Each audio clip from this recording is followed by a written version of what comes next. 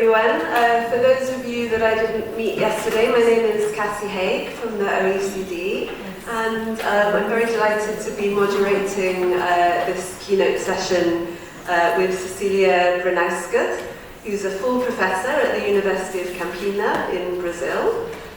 She works in the field of human-computer interaction. She also holds a research productivity scholarship from the National Council for Research.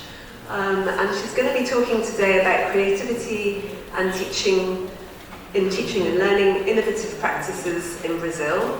So we're delighted to hear from you. Over to you. Thank you.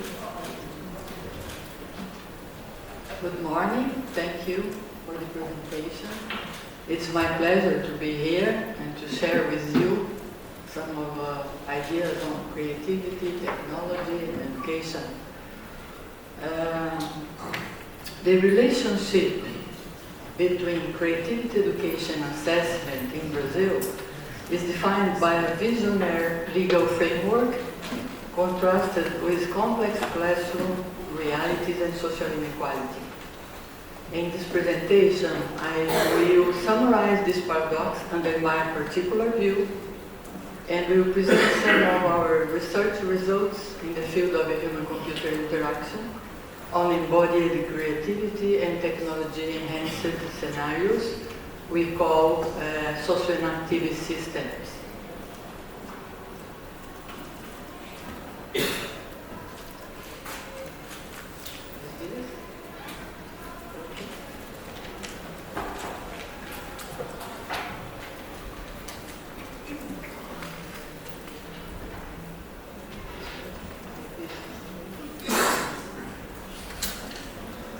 Brazil's federal laws and guidelines are remarkably supportive of creativity, as expressed by our national curriculum parameters and the National Common Curricular Base, implemented in 2018, and the current guiding document. It explicitly includes creativity as one of the 10 key general competencies that must be developed across all subjects and throughout the student's entire life in education. And specifically, competency 4 states that students must use different languages, by languages, verbal, body, visual, sound, digital, to express, share, and produce meanings that lead to mutual understanding. So, is it working?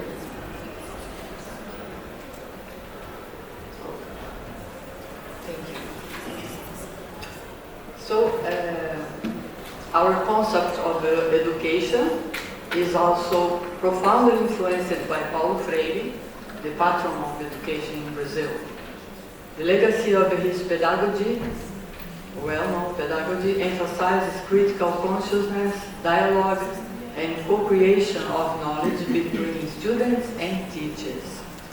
A process inherently creative as opposed to the banking model of education, where students are passive receivers of information.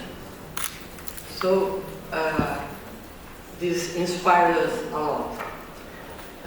Despite the strong framework, the day-to-day reality in most Brazilian public schools presents significant challenges to fostering creativity, as you must know. Among them, the classroom sizes, frequently exceeding 40 students, limits the facilitation of complex teaching and learning activities. Also, many public institutions operate with infrastructure constraints, including lack of dedicated science labs, good libraries, and reliable technology, which are fundamental enablers of hands-on and creative exploration. Moreover, training and ongoing support for teachers represent a profound logistical and strategical undertaking because of the size of the country. Also, the acceptance of methodologies which are alternative to the lecture-based instructions among educators, parents, and students requires a shift from the pedagogical traditions that takes time. So, assessment, in particular, is our biggest dilemma. The Brazilian assessment system is dominated by standardized exams, which predominantly multiple choice.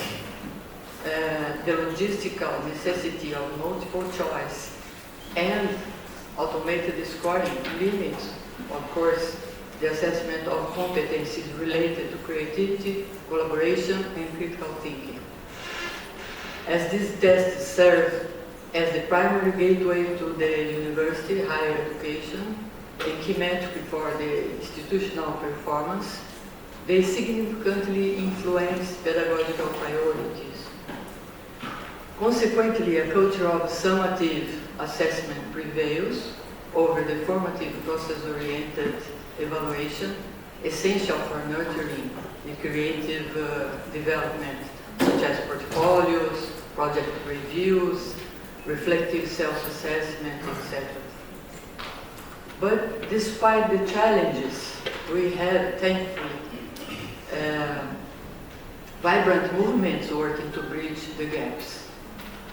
The Brazilian Creative Learning Network is a movement that promotes more hands-on, creative, and relevant educational practices for children and young people across the country.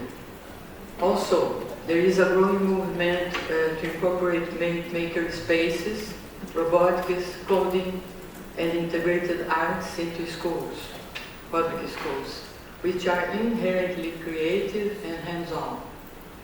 Additionally, some NG organizations run programs that foster creativity, digital skills, and entrepreneurship, especially for youth and vulnerable communities. Furthermore, teacher training programs and research in universities, especially in the southeast part of the country, are increasingly focusing on how to integrate our BMCC, our guiding document, competencies into teaching practice, including assessment. Thus, overcoming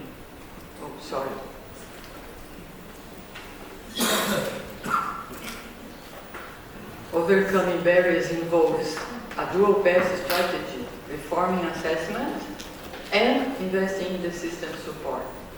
That's not difficult to imagine, right? Now, I'd like to change a little bit the subject, move beyond the traditional view of creativity as an individual mental process by proposing the lens of socio-enactive systems scenarios. Imagine a child learning to dance by imitating a friend, their movements guided by responsive light projections on the floor, for instance. In these moments, where does creativity reside? Is it in the mind, the body, the social group, or the technology? In all of them simultaneously, right? Socio-enactive systems is a framework developed by my research team there in Brazil, designed to capture this embodied and collective nature of creative practice. So, different epistemological positions shape and inform ideas about the role of technology in supporting creativity, as we are seeing here.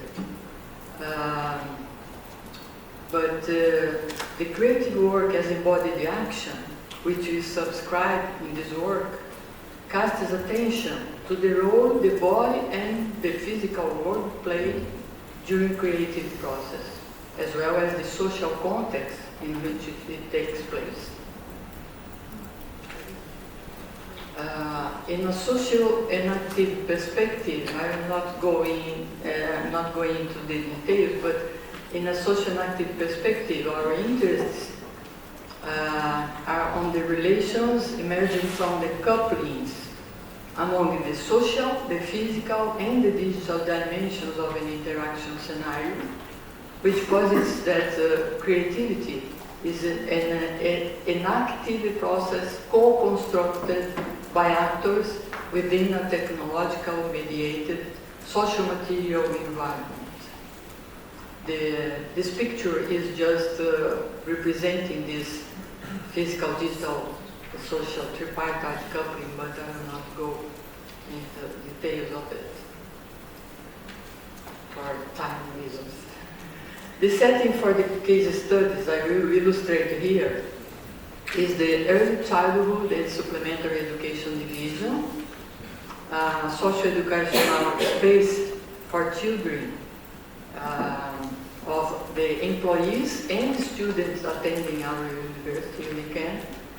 It serves children aged from 6 months to 14 years old into groups, different groups, daycare, early childhood education, non-formal education programs.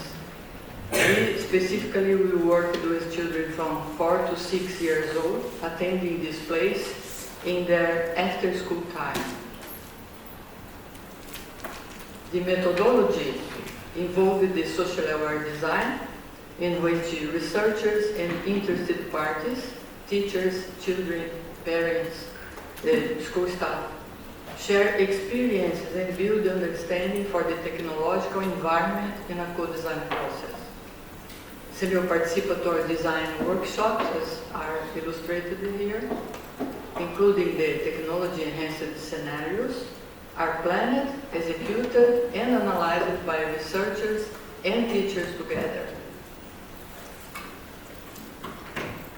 The scenarios I will illustrate briefly here were part of one PhD work of Marlene Carvajal at UniCamp that I supervised.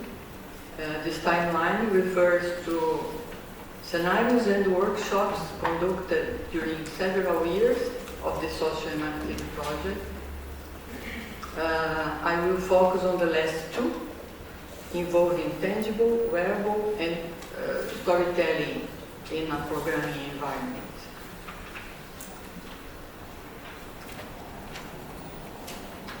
TAPREC is a different name, is a relatively low-cost technological environment designed as an easy-to-customize alternative for teaching robotics and programming at school context. It constitutes a tangible programming scenario in which children can build physical computer programs by arranging tangible blocks and applying basic programming concepts, sequence, repetition, procedures, to move a robot, a embodied car. As the child scans each programming block with an RFID reader, the identifiers of the tag are sent to the control program, which processes them, sending scratch commands to embody via Bluetooth. Finally, embody the robocar executes the sequence of received commands in a physical space. This scenario was designed for groups of children. Programming considered by a group, not an individual task, thus promoting interaction and intersubjective relations among them. For instance, joint attention, joint action, coordination. Second scenario, or second technological artifact is GloveBot. Is designed for children to experience programming through wearable technology and wireless communication. Instead of the tangible command blocks in the GloveBot-based scenario, 4 controller gloves dressed by a group of children enable them to control the robocar using hand movements. Each glove can only transmit a single movement, forward, backward, right or left.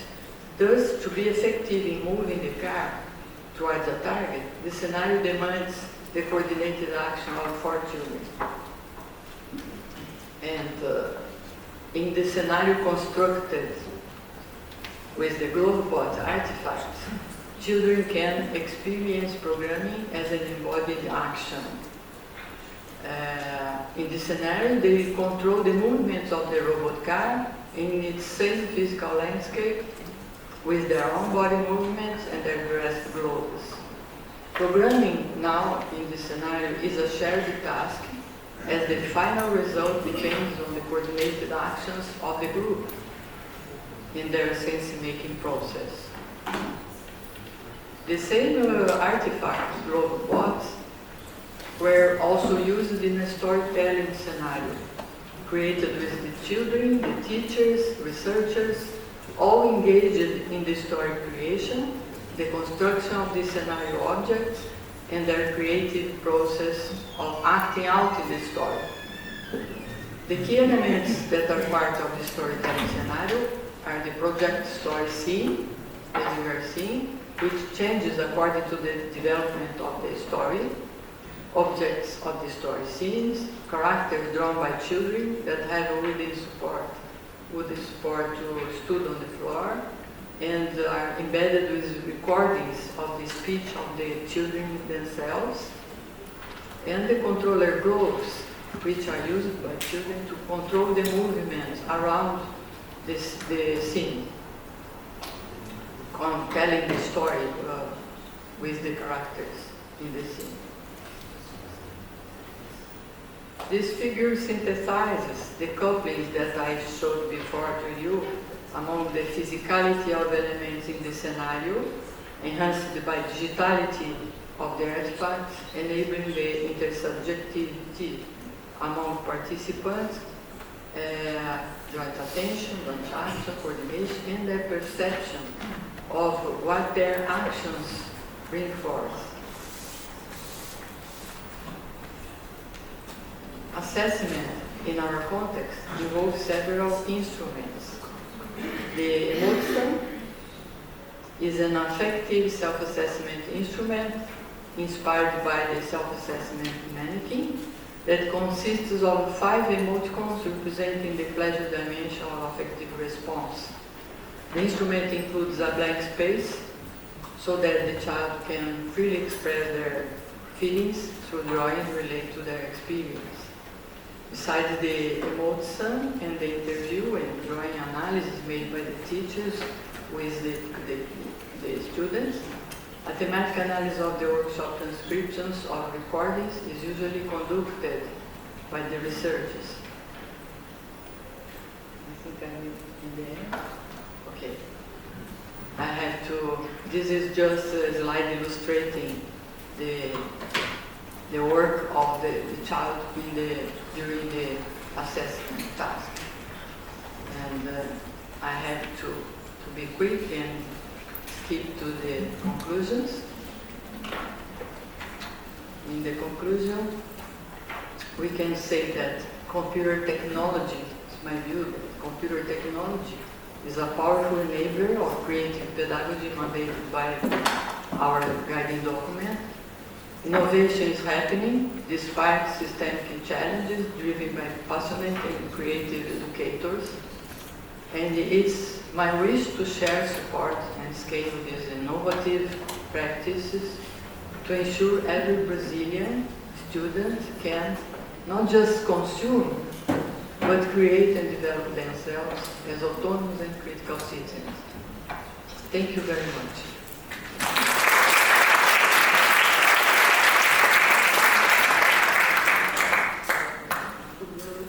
Thank you, Cecilia. That was a wonderful presentation. It was so nice to be reminded of the collaborative and social nature of creativity and the way that technology can support that and all of the great stuff that's going on in Brazil. Again, no time for questions, but please grab Cecilia at lunch if you would like to know more.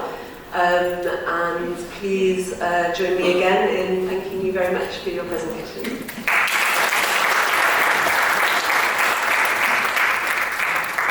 Thank you very much. We're very pleased to invite to the stage our moderator, Professor Dr. Ahmed Ansari, and our other guest, Dr.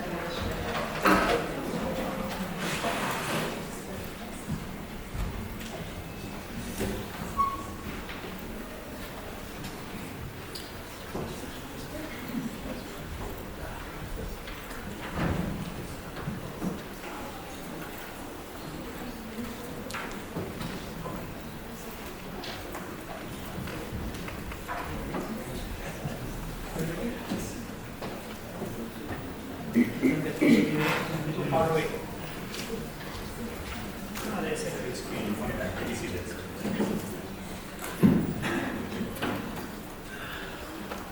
Good morning, Excellencies, distinguished guests, colleagues, and friends. We are now actually the last keynote session for the summit itself. And I know that we are all able to have lunch as well and continue our discussions at the lunch itself. But today we are honored to have with us Mr. Andreas Slager, I got it right, the Director for Education and Skills at OECD. Mr. Slager is, of course, the father, architect, and driving force of PISA. And we all know what PISA is all about. We are really honored to have him with us in person, because I understand mostly he's online, but in person. So I will not take any much more time for introduction. I think this doesn't need any introduction. So over to you, Andrea. Thank you so much. And first of all, I really want to thank you, UNESCO and the Frank Lohr Foundation for the tireless efforts to put, creativity and critical thinking in the center of our discussions on education. Creativity, critical thinking are not, beautiful words or some ornaments in the pedagogical discourse. They belong to the very foundations of us as humans and of our societies. And if education doesn't protect creativity and critical thinking, AI is going to wash away all the foundations of our society. And this is so important. Nothing could be more important in these times. And the good news is, we can make creativity, creative thinking visible. We've actually just seen a really great example from Brazil. This is not some magic thing that is not tangible. No, we can actually measure that, we can see it. And I think that's very, very important. What we see is where we put our attention. And what we cannot measure is very hard to prove. But the second part is even more important. Creativity is not, something that is inborn in us or not. It's something that can be taught in very systematic ways. And my colleague Stefan Masamakas has actually spent years on actually developing concrete tools that help us actually develop those kinds of skills. So that's what I will talk about. If you ask yourself, what's the purpose of education, we probably all have more answers than people to this question in this room. Right? But there are probably some things that we will agree on. Education should help you find out why you're always planning. What's your role in this world? Where do you want to make a difference? Education should help you find out where you can become really good at. And that requires people around you who are great mentors, great coaches, creative designers of innovative learning environments.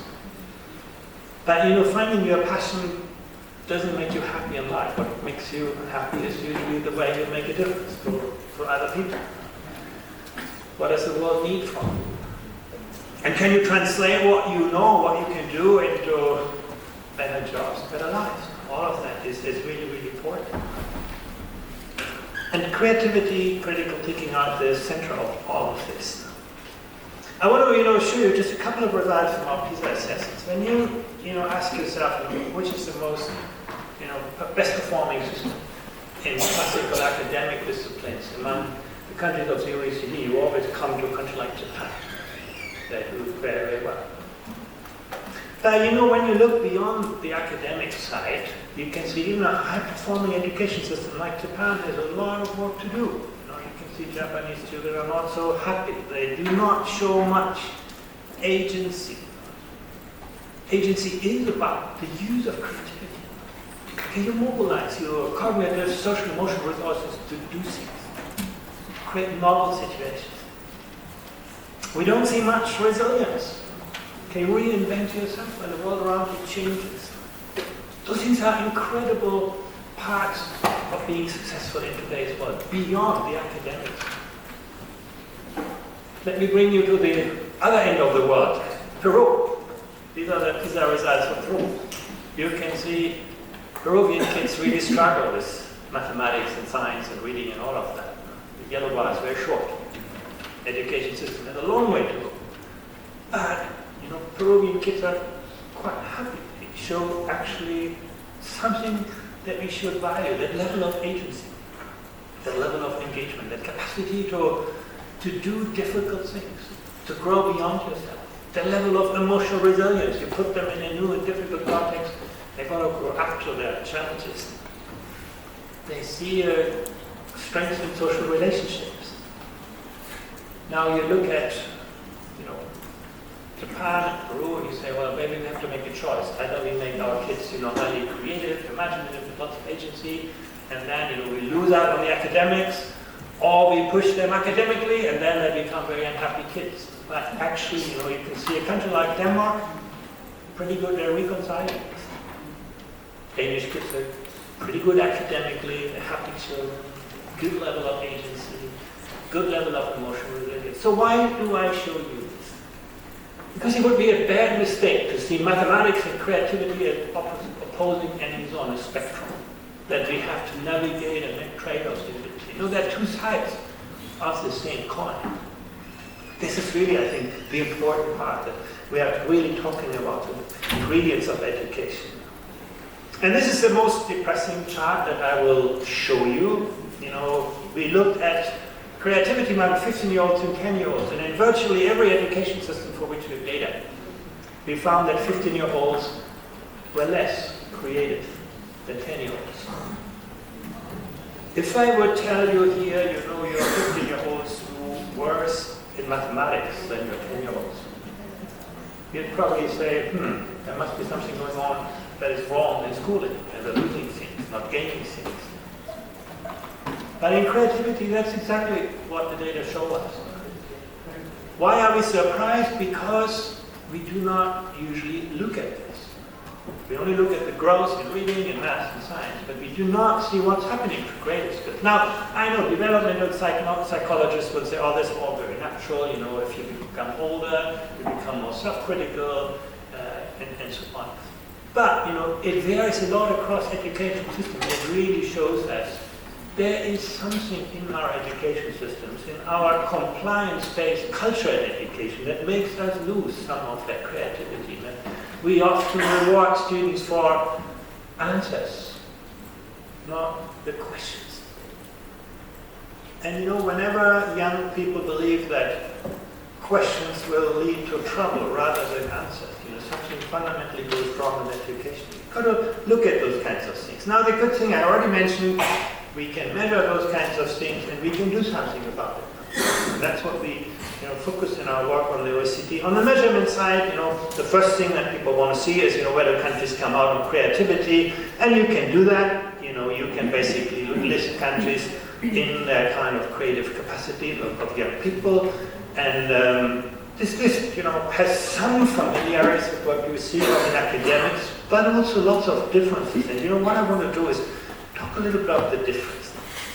When you actually see, how do countries perform relative to what you expect from their academic skills?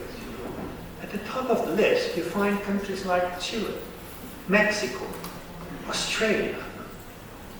They're doing actually a lot better on creative skills than what you would have expected, given the academic performance.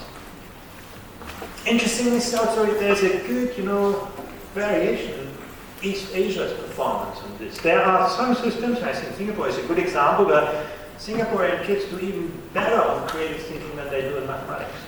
They do already very well in mathematics.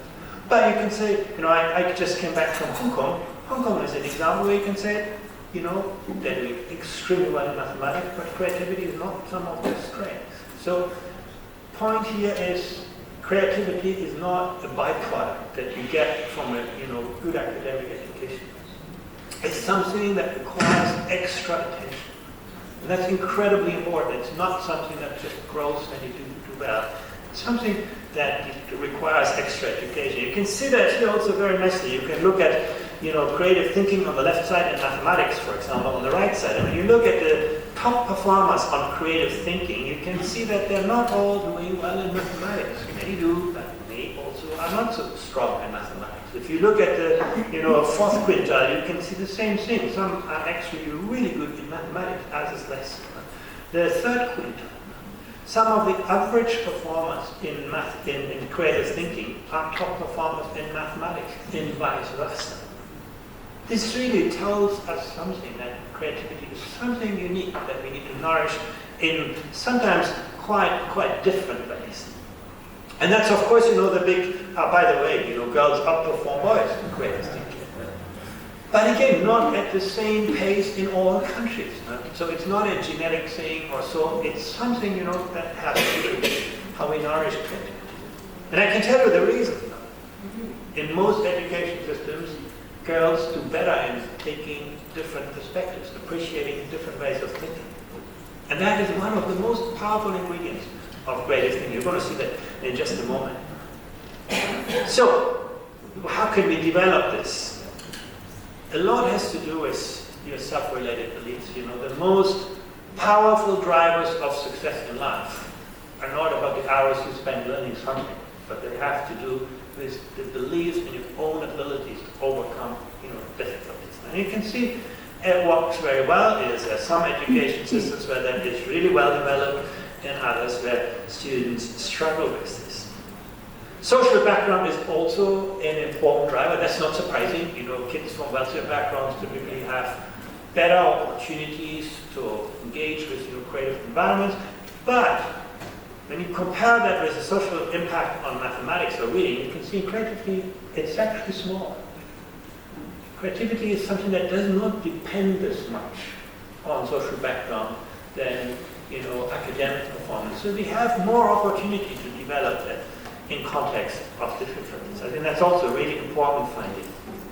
But the second point I wanted to make is we can actually develop creative thinking skills. And actually, it's not a magic thing, you need an amazing teacher to do that. No, actually, there are systematic tools how you can develop this. The first point I already made has to do with the mindset with which you educate students. You can see very clearly education systems where students grow up with a growth mindset on the horizontal axis typically tend to do better in creativity and also in most academic skills. There is a strong system-level relationship. And growth mindset is not that hard to teach. It's a set of beliefs that you as an educator create. You have young people trust that, if they try hard and they can rely on the people around them, they will succeed in the most difficult circumstances? Or do you teach them that, it's all about the intelligence you were born? We know that there are growth mindset interventions of 10, 12 hours which change the world, but we do not pay much attention to them because we do not understand those relationships. I think that's very important mindset. The second set of levers that we have are very simple attitudes towards creative thinking. What you can see when you look at this, across the education system, one thing is imagination, adventurous. And again, in the example from Brazil, it's a such let people try out things. You see failure as an opportunity for growth rather than as a problem. You build a social context in it. Suddenly, you see, it's not difficult to do. It's just about the design of learning environments. Openness to intellect. Do ideas matter? Can you enjoy doing something creative? Those kinds of beliefs are very important predictor for creativity. Openness to art and experience. Often we define art as a kind of extracurricular kind of thing that we put on top of the education system. Well, here you can see this is one of the very foundations of becoming creative. But again, it's not difficult to do.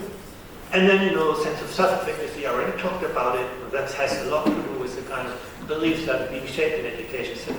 You look at this list, it's actually simpler than teaching students calculus or trigonometry. Actually, very, very simple ingredients to do that.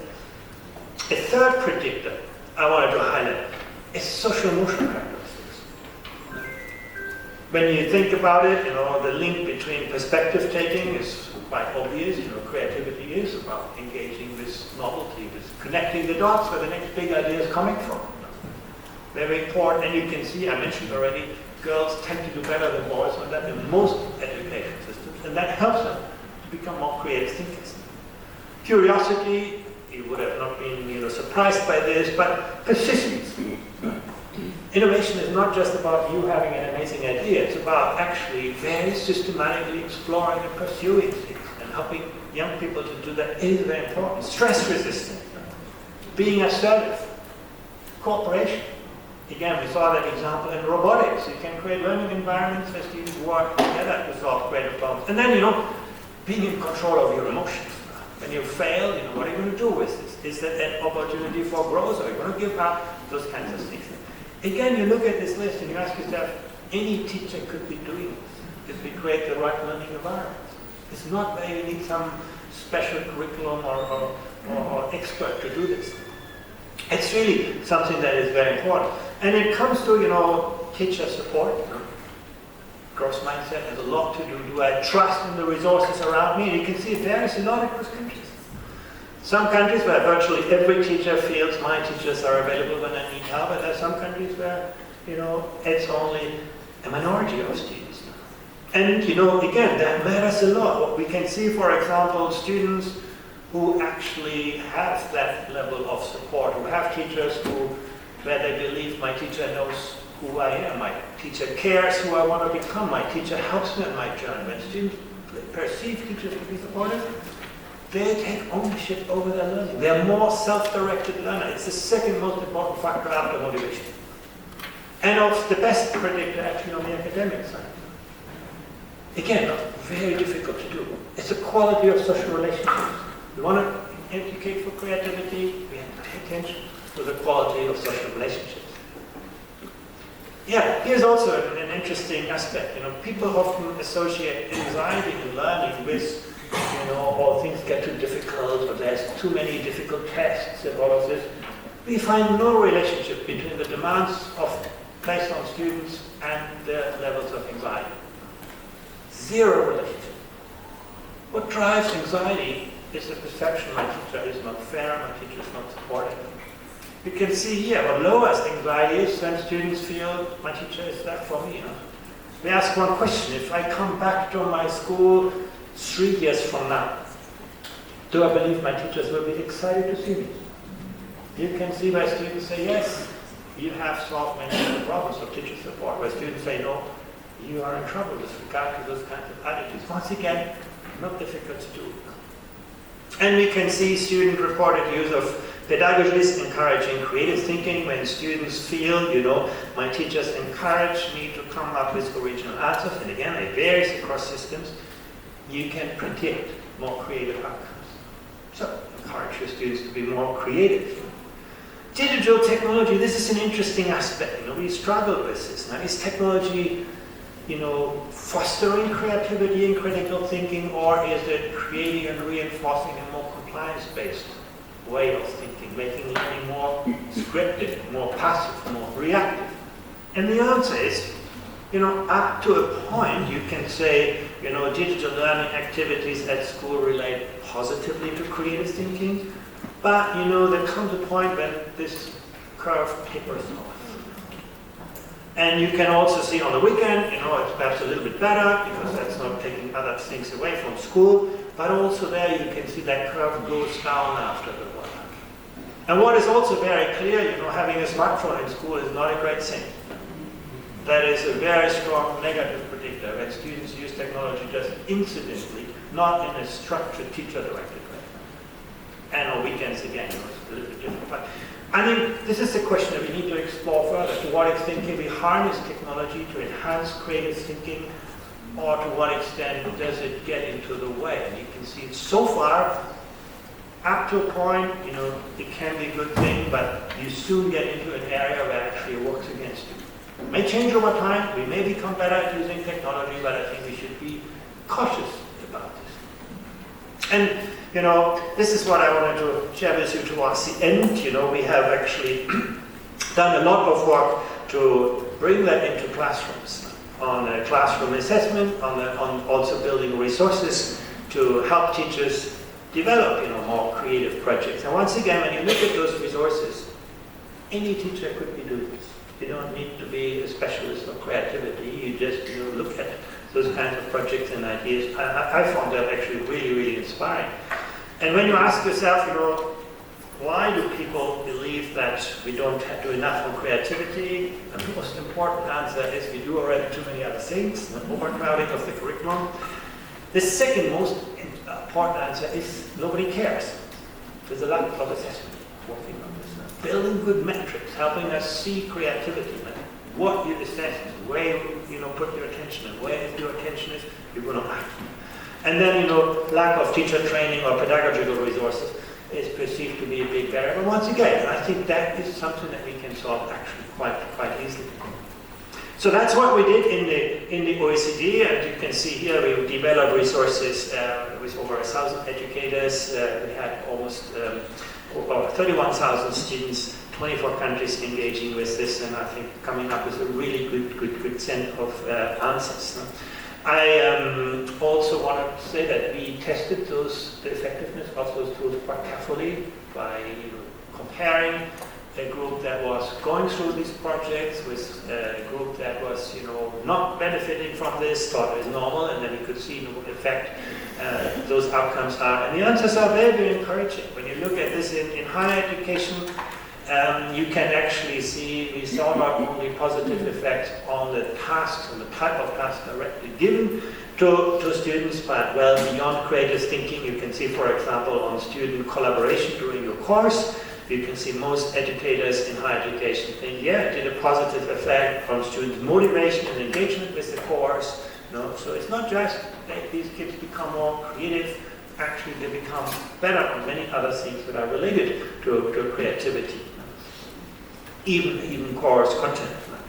And the very last slide, when we do that in school, you can see positive effects in student learning outcomes. You can see them very clearly in the STEM-related fields. And that's something where creativity always comes to play in the visual arts, in evaluation of creative potential in primary schools, and so on. So it's actually something, it's not an important thing, not just an important thing to do, but something that will have actually effect. And those interventions were actually quite limited in time.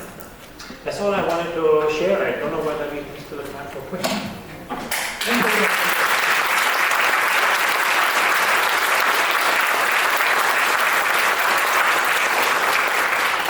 Thank you, Andre. I think fact-filled what you call a presentation. Maybe I'll have 2 questions before we break up for lunch. I'm sure somebody must have some burning questions here, because a lot of data was presented. Anybody? 1, 2. Okay. Yeah.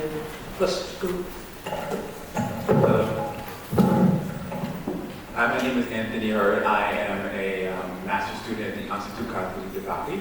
And my question relies around the UNESCO report that by 2030, 44 million teachers will be needed to meet the teacher shortage, for the global demand of teacher shortage. And so my question really is, what things can we do as different countries to combat this issue?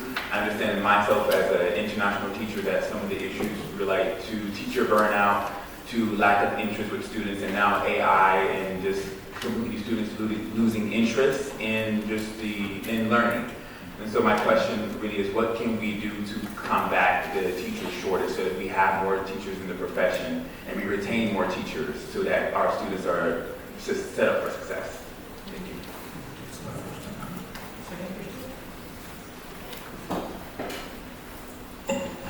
Hello, my name is Marie Ottilie Hundevat. I come from Inland County Municipality in Norway. My question is if you can say something about why you have chosen to write creative thinking and not creativity as such, as we know that there are a lot of skills and elements in creativity that's not just happening in the mind. Yeah, maybe I start with the second. Maybe I start with the second question. We have made that choice essentially just because we know how to assess creative thinking, or we could develop tools. Creativity is a big word. It can, in creative thinking, we know how to make it visible, but also it's something that we know how it can be taught very systematically.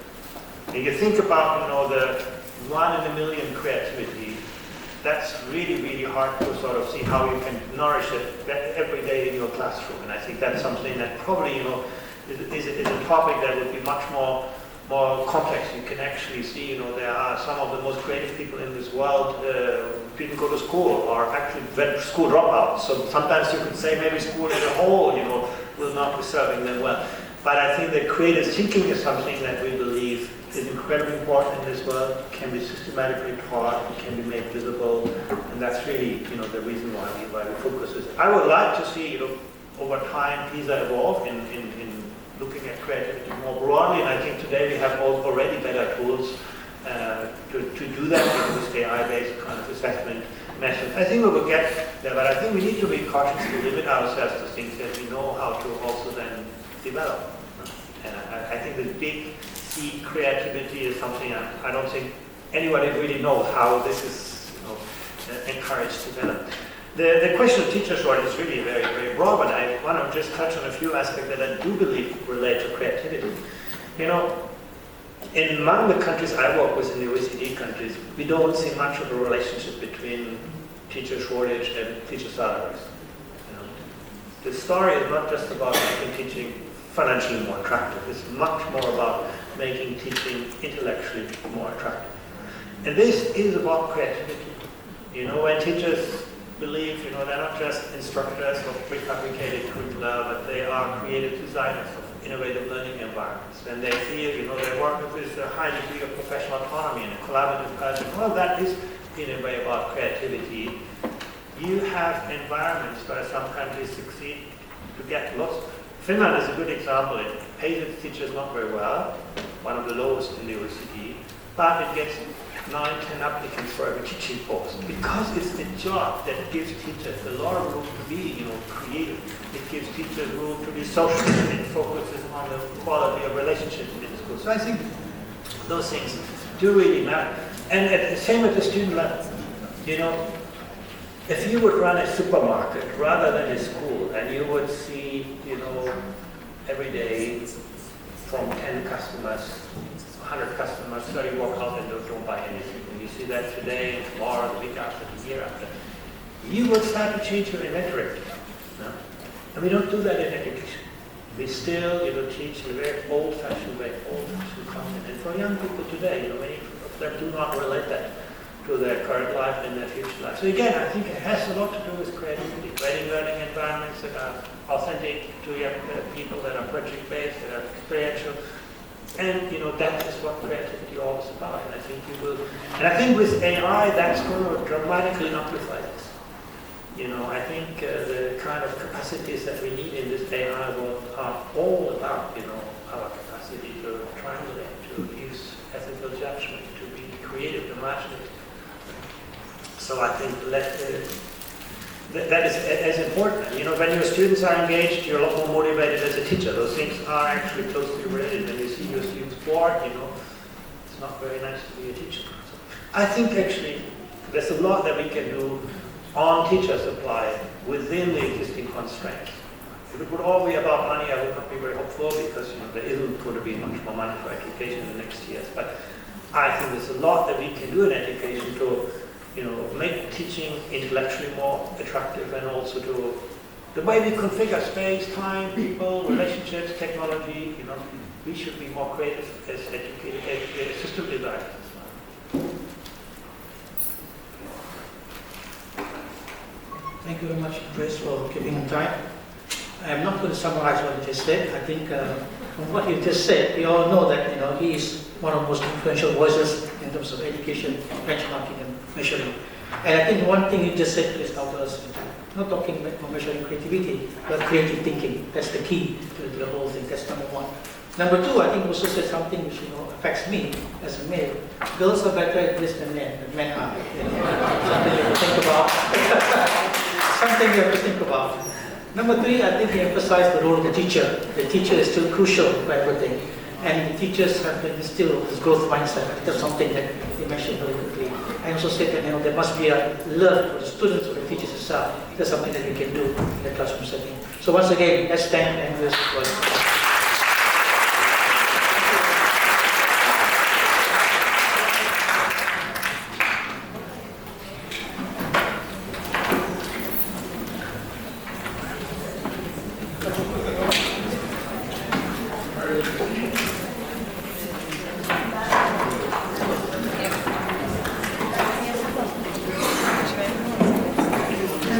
Thank you.